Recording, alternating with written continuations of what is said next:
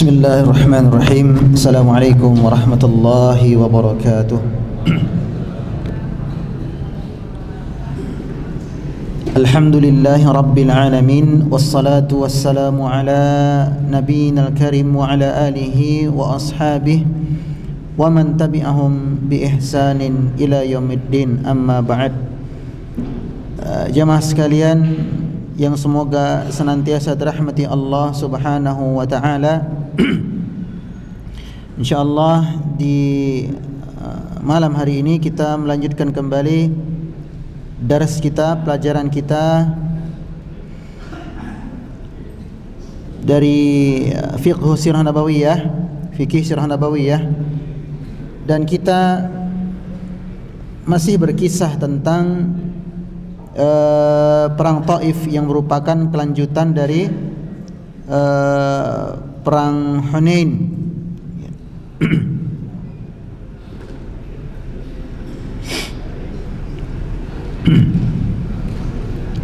Yang mana di pertemuan kita kemarin kita menyinggung faedah fikih seputar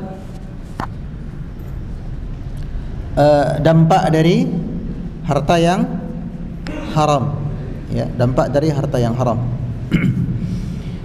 Nah, kita lanjutkan kisahnya. Ketika kaum muslimin sudah hampir sebulan mengepung Taif, yang mana orang-orang Hawazin, Bani Thaqif bersembunyi di balik benteng mereka yang berada di bagian atas, sementara kaum muslimin mencoba menyerang dari bawah. Tentu ini suatu kesulitan. Di hari yang ke-30-an, ya, ada yang mengatakan 35, 36, ya, Nabi bermimpi.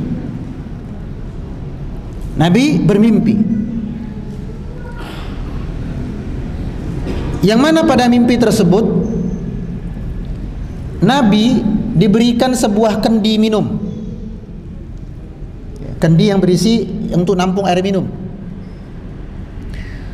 Lalu kendi tersebut dijunjung oleh beliau, diangkat begini, ya. Kemudian tiba-tiba datanglah seekor ayam jantan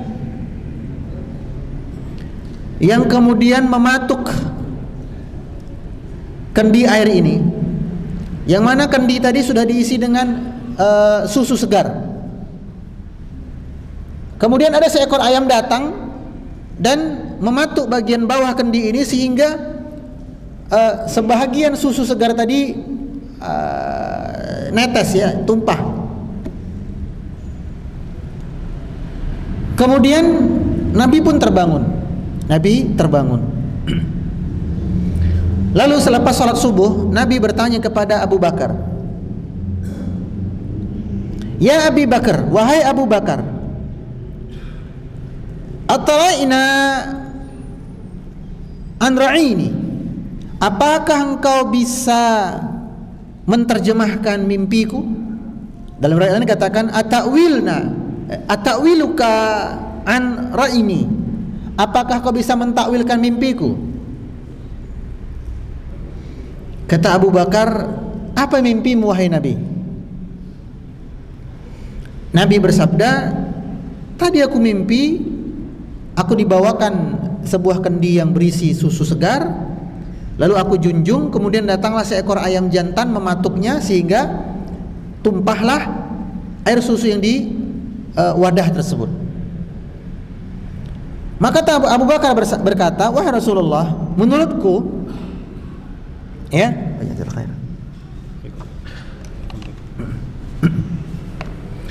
Abu Bakar berkata, "Menurutku itu artinya apa yang kau inginkan belum Allah kabulkan hari ini wahai Nabi." Ya. Yang Nabi inginkan apa? Taif takluk, kemudian penduduknya masuk Islam. Itu Nabi inginkan. Dan kata Abu Bakar, "Wahai Nabi, apa yang kau inginkan hari ini belum terkabul.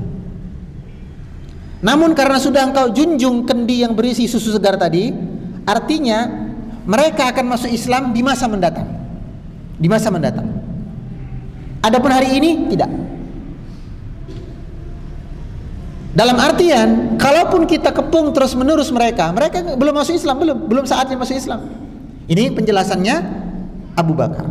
Maka Nabi bersabda, "Inilah ara dzalik." Nabi bersabda, ini dua ungkapan seperti ini bisa dimaknai dua ya. Makna pertama, Nabi membantah takwilnya Abu Bakar ini, seolah-olah berkata, "Oh, kalau menurut saya nggak kayak begitu." Karena Nabi pun bisa mentakwil mimpi, ya. Ini tafsir yang pertama. Tafsiran yang kedua dari kalimat Nabi ini, "Inilah ara dzalik." Tafsiran yang kedua dan ini yang lebih tepat menurut kami adalah maknanya Nabi berkata, "Aku nggak melihat selain itu juga takwilnya." Nah, gitu loh. Menurutku tidak ada takwil yang lain kecuali itu, kecuali sebagaimana yang kau takwil. Abu Bakar berkata, "Ya sudah kalau begitu Nabi. Kalau takwilku dan takwilmu itu sama, artinya kita belum menang hari ini. Ya sudah, kita cukupkan saja." Kan tetapi Nabi masih mencoba gitu ya. Let's try again once more time. Ayo kita coba sekali lagi. Maka pada hari itu pengepungan dilanjutkan, tapi nggak jebol juga bentengnya. Maka Nabi berkata kepada Umar, "Ya Umar, nadi finnas." Wahai Umar, kencangkan suaramu, lalu berikan pengumuman kepada prajurit-prajurit kita. Inna qafiluna insyaallah. Sampaikan kepada mereka, inna qafiluna insyaallah. Besok kita pulang aja. Insyaallah. Enggak akan berhasil gini. Maka Umar pun teriak, "Ya ayyuhan nas, fa ya ayyuhal jundullah." Wahai manusia, wahai tentara-tentara Allah, inna Nabiya sallallahu alaihi wasallam yaqul, sesungguhnya Nabi sallallahu alaihi wasallam berkata, "Inna qafiluna ghadan insyaallah." Besok pagi kita pulang aja, insyaallah. Mendengar ucapan Umar ini, maka pasukan yang sibuk mana, sibuk lempar batu, sibuk apa begitu, balik badan menghadap Umar, sekaligus menghadap Nabi. Apa kata mereka? "Ya Rasulullah, wahai Rasulullah, nadhabu wala naftatahu." Ya Rasulullah, kita main pergi aja, sementara kita belum bisa membuka benteng tersebut. Wastangkaru, lalu kita balik pulang. Kalla, enggak, kami enggak mau kayak begitu. Padahal Nabi sudah nawarkan apa? Pulang. Besok kita pulang. Tapi mereka apa? Ngeyel. Apa kata mereka? Nadhabu wala naftahuhu. Kita pergi, kita tinggalkan saja begitu, sementara kita belum bisa membuka bentengnya dan mengalahkan mereka. Kalla, enggak. Besok kita lanjut aja wahai Nabi. Melihat api semangat masih membara di mata para sahabat, maka Nabi bersabda, "Waktu al kita, ya udah besok perang lagi aja. Monggo." Gitu. Jadi Nabi ngikut arus, ngikut keinginan apa? Tentara. Ngikut banyak para jurid. Ya, besok perang kita, besok perang lagi. Apa yang terjadi? Esok pagi ketika perang kembali dimulai, ternyata itulah hari di mana paling banyak prajurit-prajurit kaum muslimin yang terluka. Paling banyak dibandingkan hari-hari yang lain. Maka dalam keadaan mereka bersimbah darah, jalan terpincang-pincang, terluka, mereka berkata kepada Nabi, "Ya Rasulullah, wahai Rasulullah, ahraqatnani Banu Thaqif." Anak panahnya Bani Thaqif menghabisi kami. Anak-anak panahnya Bani Thaqif telah melukai kami. Kata Nabi, lah gua bilang apa kemarin? Fama aqulu lakum, kan kemarin sudah saya bilang kita pulang aja. Kalian bilang apa? Nadhabu wala naftahuhu. Kalian bilang kok pulang. Terus kalian mau apa, kata Nabi? Maka mereka berkata, ahraqatnani fad'ullah alaihim. Fad'ullah alaihim. Wahai Nabi, berdoalah kepada Allah agar Allah menghabisi mereka, agar Allah membinasakan penduduk Taif. Maka Nabi mengangkat tangan beliau kemudian berdoa. Tapi doanya beda dengan permintaan prajurit. Apa doanya Nabi? Allahumma hdi Thaqifan. Ya Allah, berikanlah hidayah kepada Bani Thaqif. Berikanlah hidayah kepada penduduk Taif. Wa'ti bihim bil Islam, dan jadikan mereka masuk Islam atas kemauan mereka sendiri tanpa dipaksa. Ini doanya Nabi.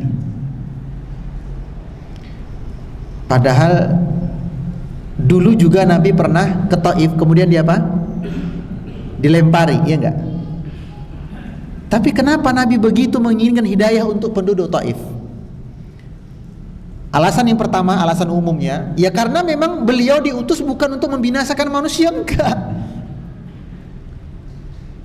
Mana ada Nabi diutus Allah untuk membinasakan manusia? Ada? Enggak ada. Enggak ada.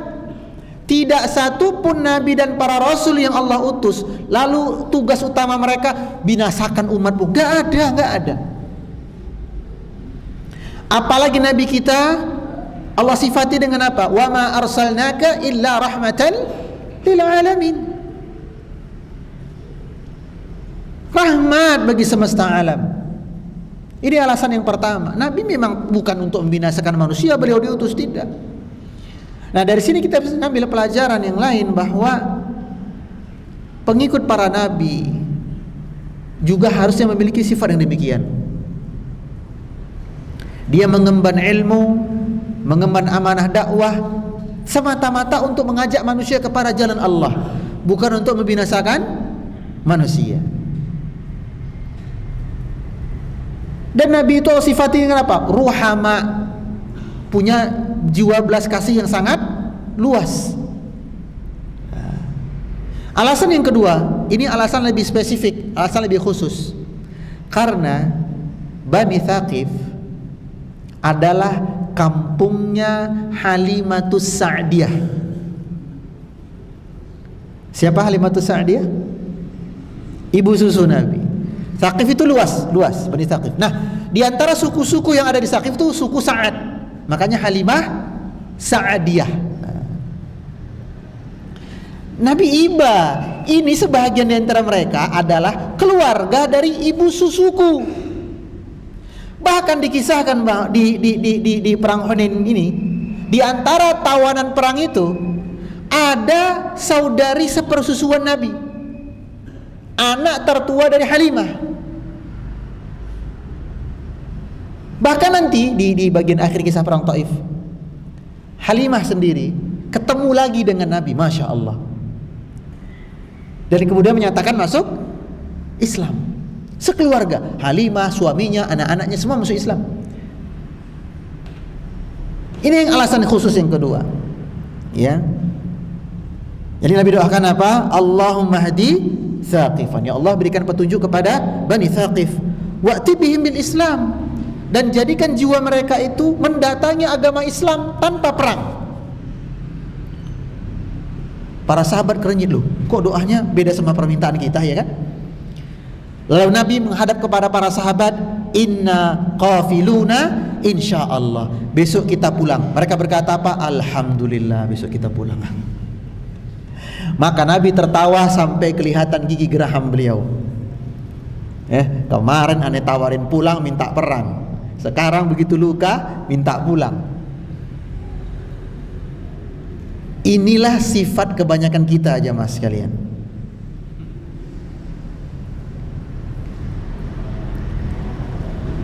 Sifat kebanyakan kaum muslimin yang semoga Allah memberikan hidayah kepada mereka dan kepada kita semua tentunya. Ketika syariat memberikan yang mudah, dia cari yang sulit. Ketika syariat menetapkan yang sulit, dia kebingungan dan protes. Iya tak? Ini, sifat ini, siapa yang ditiru? Sifatnya Bani Israel. Coba kita lihat surah Al-Baqarah. Ketika terjadi kasus apa? Pembunuhan, ya kan? Lalu ini jenazah diletakkan di depan rumah seorang Bani Israel. Waktu itu belum ada CCTV, jadi tidak diketahui siapa pelakunya kan? Otomatis pelakunya adalah di mana jenazah itu berada kan begitu? Yang empu rumah, ya lah kok gua? Aneh tadi malam tidur sepanjang malam, boro-boro mau bunuh orang, metu omah wae ora. Tapi orang, oh kamu mesti yang bunuh. Bingung, datang kepada Musa. Musa, kami ada masalah ini. What's your problem? In front of my door, di depan pintu rumahku, ada jenazah mayit laki-laki. Lah terus orang-orang menuduhku sebagai pembunuhnya.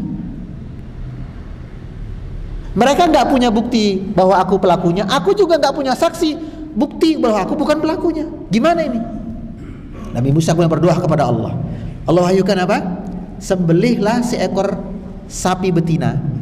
Kemudian bagian pahanya dipukulkan kepada jenazah itu. Nanti jenazahnya bangun. Tapi ingat jamaah sekalian, ini khusus mukjizat Nabi Musa ya. Jangan pula nanti Idul Adha, ya kan? Kita motong sapi, lalu kita datangi orang-orang yang telah mati, kita pukul. Nggak akan bangun itu.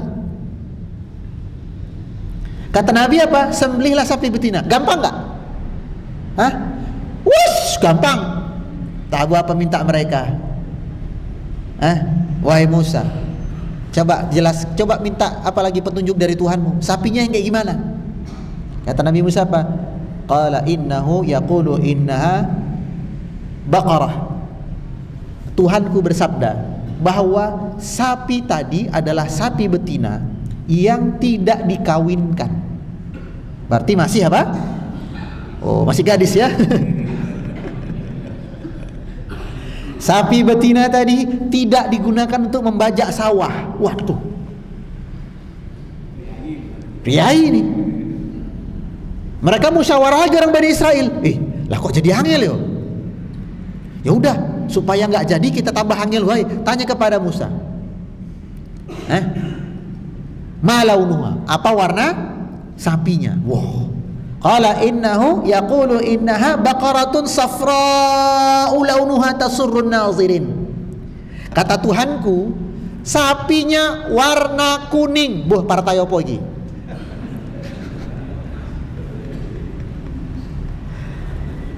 Sapinya warna kuning. Dan warna kuningnya nih setiap orang yang melihat seneng.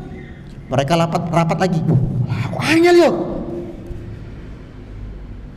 Seandainya mereka sejak awal manut, gampang nggak urusannya?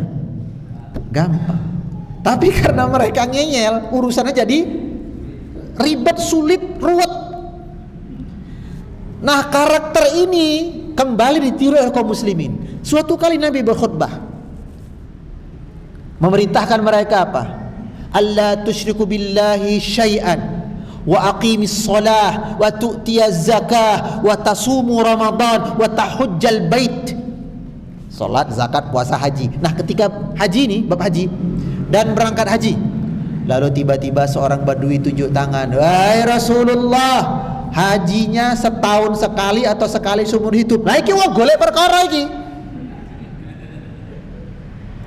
Nabi sudah kasih yang mudah, sen penting naik haji. Lah dia malah takon, hajinya sekali seumur hidup atau sekali setahun? Kalau dia tanya di zaman kita ketika Nabi telah wafat, enggak masalah. Kenapa? Tidak mungkin wahyu turun, ya kan? Dia tanya di masa Nabi masih hidup. Nah, tiba-tiba turun wahyu, haji sekali seumur hidup. Opo ya ambrol? Sekali setahun, apa enggak ribet kita? Waduh, sekali setahun. Apa kata Nabi? Kenapa kalian meniru orang-orang Bani Israel? Hobi kalian itu apa? Suka meniru Bani Israel. Tidakkah kalian tahu di antara penyebab hancurnya Bani Israel? Karena mereka banyak tanya. Makanya majelis kita nggak buka pertanyaan.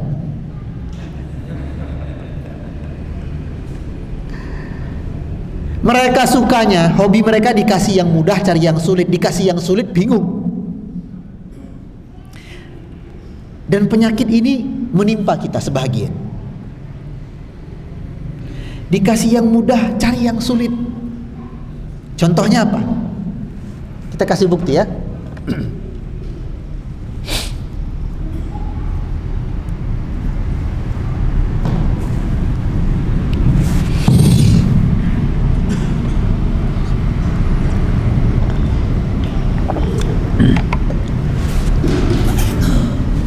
Kita akan kasih tunjuk penyakit kita itu suka cari yang sulit padahal udah dikasih yang mudah. Begitu dikasih yang sulit kita bingung. Contohnya apa? Contoh kasus nikah.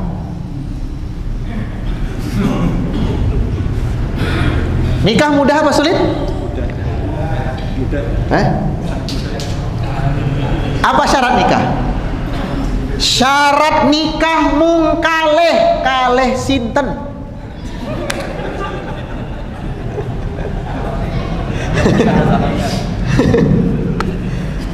Syarat nikah apa?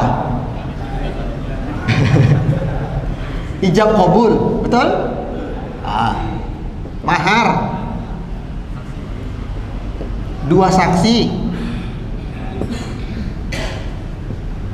wali dari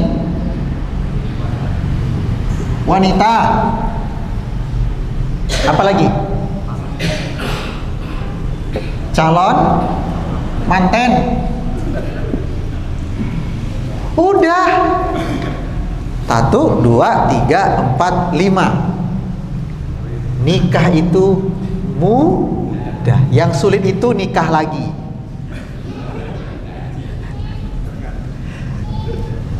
Ini loh nikah itu sangat-sangat mudah. Tapi penyakit kita dikasih yang mudah, kita cari yang sulit. Maka muncullah di sini organ. Di sini muncullah apa? Kuda lumping. Di sini muncullah apa? Wayang. Wayang kulit. Di sini muncullah dangdutan. Di sini muncul apa lagi?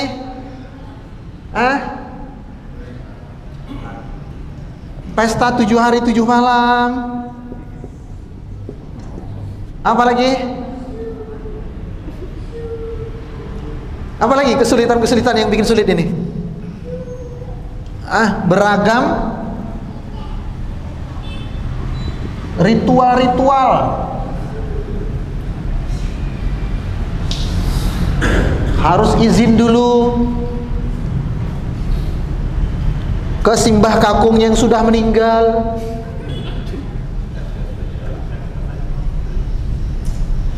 Lah ngapain izin sama yang sudah meninggal? Mas, alhamdulillah ini lamaran panjenengan sudah kita terima, sudah clear semua. Untuk doa restunya silahkan nanti izin ke Mbah Kakung. Telinga Mbah Kakungnya sing pundi? Punten Bu, Mbah Kakungnya pundi? Oh, Mbah Kakungnya sampun sedo. Lah terus ngapain saya izin? Repotnya nanti kalau beneran datang izin, Mbah izin nikah putu panjenengan. Oh nggih monggo. Oh orang enggak lari. Iya. Ini hal-hal yang mempersulit. Aslinya mudah. Apalagi perkara yang sebenarnya simpel kita bikin sulit. Ngopi simpel, tinggal buka saset, tuang ke gelas, kasih air panas. Datanglah orang-orang yang sukanya ribet, harus dadak giling, ditimbang sekian gram, suhu airnya diatur, minum harus di. Ini orang yang kurang kerjaan. Ada yang mudah, cari yang sulit. Ya. Dan inilah penyakit di antara apa yang menimpa kaum muslimin. Ya. Apalagi contohnya?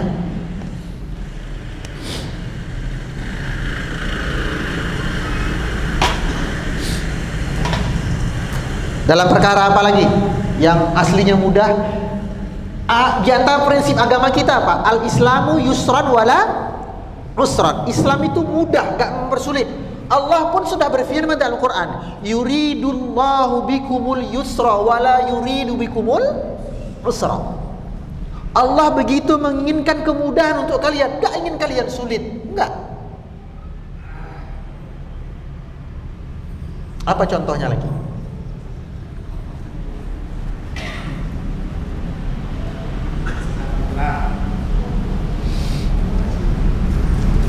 Contoh yang kedua, yang pertama.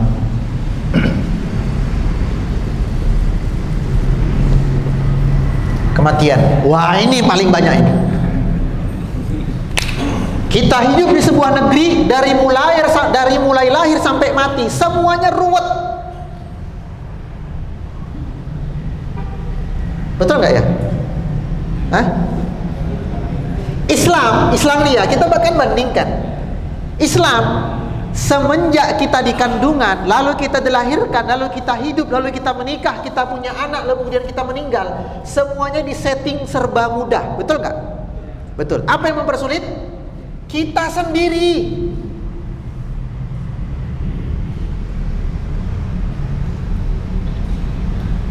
Ketika ibu sedang hamil, lalu malam-malam dia menjahit. Wanita hamil malam-malam jangan menjahit. Jadi dulu.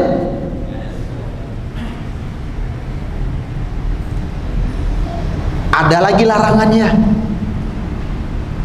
Ketika hamil sekian bulan harus ada ritual-ritual lagi.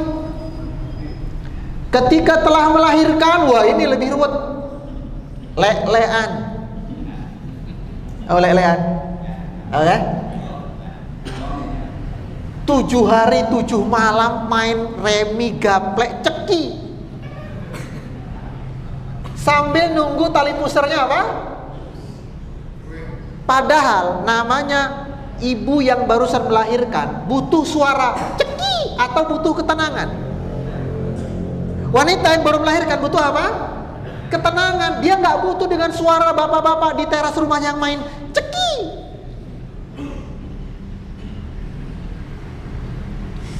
Udah. Lalu bayi tadi pun lahir. Itu tali pusar ada lagi ritualnya. Subhanallah. Islam begitu mudah. Dan semua keruwetan itu ujungnya adalah di kematian. Jadi udah mati pun kita dibikin ribet.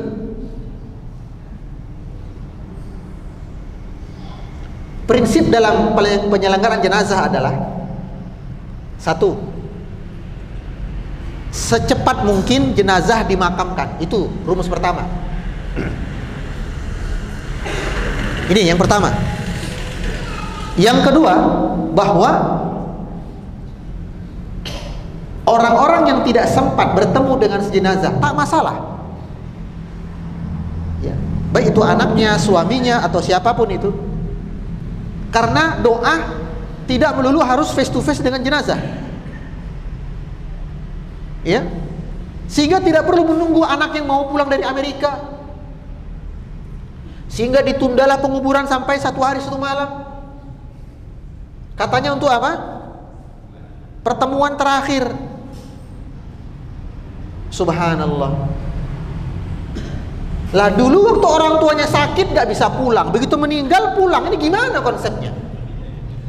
Coba ditelepon nih, orang tuanya sakit kan? Ibumu sakit. Oh iya, nanti coba ya saya nego sama kantor supaya bisa pulang. 2 jam lagi dia telepon. Aduh, ini sedang banyak proyek ini, bos gak ngizinin. Baru boleh 3 hari lagi. Ya sudahlah, ini dirawat sama adik-adikmu yang lain. 2 hari kemudian, bang, maaf bang, ibu sudah meninggal. Hah? Pak, ibu sudah meninggal. Oh sudah, kau pulang saja. Lah apa guna? Akhirnya ditunggulah yang dari Kalimantan tadi mau pulang, yang dari Timika, Papua mau balik kemana? Ke Jogja. Sehingga penyelenggaraan jenazah jadi tertunda. Jadi sulit. Belum lagi ketika jenazah sudah siap diberangkatkan, ya kan? Dia sudah apa? Dimandikan. Dia sudah disolatkan, dikain kafankan. Dia sudah disolatkan. Tinggal diantarkan ke kuburnya. Ini simple loh sebenarnya. Kenapa simple? Orang tinggal diantar tak. Tapi ritual kita yang bikin ribet. Satu hal yang saya bingung, ketika ada prosesi untuk keberangkatan jenazah, kan ada yang ngomong tuh ya, kata, kenapa jenazahnya harus dipanggul gitu? Kenapa? Bok diletakkan aja. Tapi yang saya lihat kebanyakan ketika acara begitu, jenazahnya udah siap panggul gini. Para bapak ibu, para pelayat sedoyo, iki jenazahipun atas nami Bapak Fulan bin Fulan, innalillahi wa inna ilaihi raji'un. Nah, itu kan ditandu begini. Emang ngaruh banget apa harus ditandu? Buat diletakkan. Kemang loh. Nahan begini kemang loh. Udah. Yang lebih mengherankan saya lagi, ada ritual telusupan namanya. Ya, harus melewati apa? Bawah. Sebagai wujud permintaan maaf. Kalau mau minta maaf sama orang tua yang sudah meninggal, bukan begitu caranya. Tiap tahun berkurban atas nama orang tua. Nah itu membadalkan haji dan umrah orang tua. Ya itu. Ini telusupan iya, sholat kagak, ya ngapain? Tetap kesiksa orang tuanya dikubur. Saya melihat tuh banyak di lapangan, anaknya yang laki-laki sambil nunggu acara ngerokok dulu, habis itu telusupan, nangis, selesai nangis ya ngerokok lagi. Allahu Akbar, Allahu Akbar. Katanya kalau harus dimakamkan di kubur harus diazankan. Begitu azan di masjid dia nggak datang. Lagi gimana konsepnya? Coba, azan itu untuk panggilan apa sebenarnya? Panggilan sholat. Untuk apa mayat yang dimasukkan ke dalam kubur diazankan? Nanti bangkit dia mau sholat bingung. Hah? Hayya 'alas shalah. J belum sholat. Itu pelayat bubar kabeh mengko. Tapi uniknya, seperti ada keharusan untuk mengazankan. Seolah-olah kalau nggak diazankan nggak makbul. Giliran masjid ada azan dia nggak datang. Ini konsepnya bagaimana? Keruwetan seperti ini harus segera kita bersihkan. Karena prinsipnya agama Islam itu agama yang mudah. Ya, Allah Ta'ala a'lam.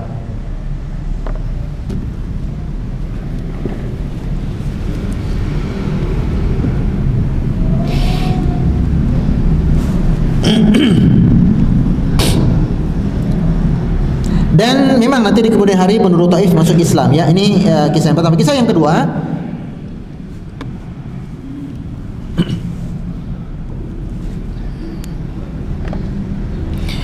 Nabi kemudian meninggalkan benteng Taif menuju Ji'ranah. Ji'ranah ini salah satu tempat untuk miqat ya jamaah sekalian. Salah satu tempat miqat. Selain ada Tan'im, Hudaybiyah. Ya, kalau Anda berangkat umrohnya start Jogja atau Jakarta, kemudian landingnya landing Madinah, maka nanti umrohnya pas mau ihram, ya, itu di mana? Bir Ali atau Zul apa namanya lainnya? Zulhulaifah. Sekarang namanya Bir Ali. Kalau penduduk kota Mekah, rata-rata mereka umrohnya dari mana? Tan'im atau Ji'ranah, atau yang jauh lagi Hudaybiyah. Karena umroh atau ihram adalah kita keluar dulu ke tanah halal untuk persiapan masuk ke tanah haram. Nah, di kisah ini harta-harta ghanimah itu dikumpulkan di Ji'ranah. Ya.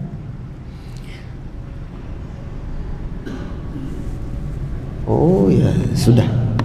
Gak dikejar ya. Wallahu ta'ala barakallahu fiik. Subhanakallahumma wa bihamdika asyhadu an la ilaha illa anta astaghfiruka wa atubu ilaik. Assalamualaikum warahmatullahi wabarakatuh.